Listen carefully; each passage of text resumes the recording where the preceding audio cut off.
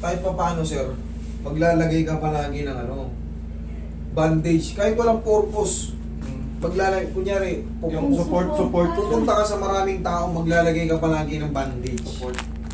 Para pag nakita ng tao, hindi ka nila mano. Kasi pag natapakan ko nang hindi sinasadya, may Yeah. chance na ano eh. Oo. Kasi latest yung ano pinakita mo, medyo marupok talaga yung tsura. Nakaraan na, ano, 2 days pa lang. Huwag mo lalaban ng bossing nga. Aalugin lang natin, hindi lang ng sobrang lakas to, pitik lang to, para ka lang mayayagin. Yun, sarap. sarap. One more. Dito na mas maas. Okay?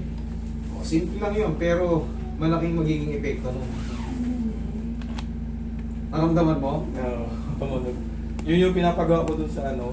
Actually, Hindi na magawa. 1 week pa lang ako dito sa Pitas. Pinapagawa ko dun sa... Siyempre sir, pag Magre-reklamo ka pag ano eh. Akin na yan, Carl. Pag hindi talaga para doon, hindi nila gagawin. Siyempre sa akin kaya ina-assess ko muna, titingnan ko kung anong magiging diskarte ko, kung saan ko hahawakan. Di ba madalas ginaganito ko? Ginaganyan ko. Oo, yun. Nakikita ko yung sasabihin. Hindi ko nagaganunin. Sapat na yung dalawang hatak na yun. Tumunog na yun, okay na yun. Paano mo naman ako sir eh. Kasi salamat, yung magiging yung shaft nito rito, maaring pag nadiinan ng talos yun, mag-collapse. Salamat.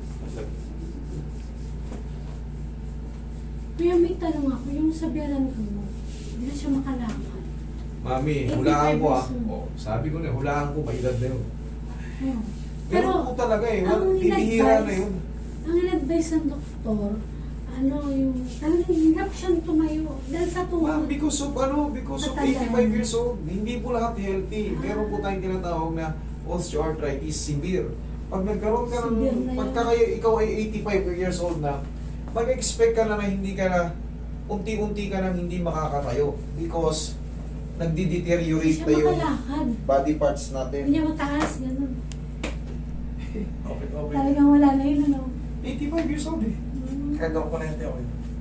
Pero ano, advice pa rin ng mga doktor na magagawa pa raw yun.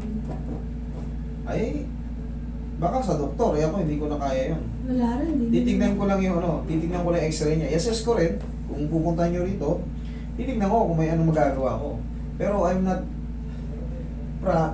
I can promise na maayos ko yun. Tapos yung sister ko kasama ko dyan, Yung misis nito. wife ko kasi pag uwi ko, na Stroke siya. patient. Na siya. Oo, na-stroke. Kailan siya na-stroke? Ito lang, November 8, tapos na O yun, ulit. 2 months, pwede na yung pa-therapy. Pero ang para sa akin pagka kayo na-stroke at may pera rin naman kayo, magpaalaga na kayo sa PT. Mas the best ang PT sa mga na-stroke kasi meron silang mga shockwave. Meron silang dense na kailangan kinokuryente para mabuhay pa yung natutulog na mga muscle and ligaments. Kasama ko tendons. yung wife ko. Diyan nga. Kailangan lang. Hirap siya maglakad, din sama ko rin. Oo. Yun Kasi po kailangan. Pauwi kami ng Sambales ngayon. Ano yung master? Ang tanging ko lang may tutulong dyan, kung may mga painting siya, pero yung improvement ng ganito, Wala naman siyang ganyan. Hirap lang siyang tumayo, tapos walang balance ba? Kasi ano siya, mataas yung sugar niya. Tapos, Sugar. at diabetic sila eh. bilad nyo sila. Bilid sa Testing sir, tayo ka. Tingnan mo kung anong mga bago dyan. Mas kakaiba. So, hindi ka to dati yung lakad ko, tabi, di ba? Pag ano. Siyempre nga, nakatukod yung talos joint dun sa may fibula. So, pag-release kanina, sa tingin ko okay na eh. Okay naman, so far. Okay. Pusing, pa. Okay na? Pwede ako magpaano.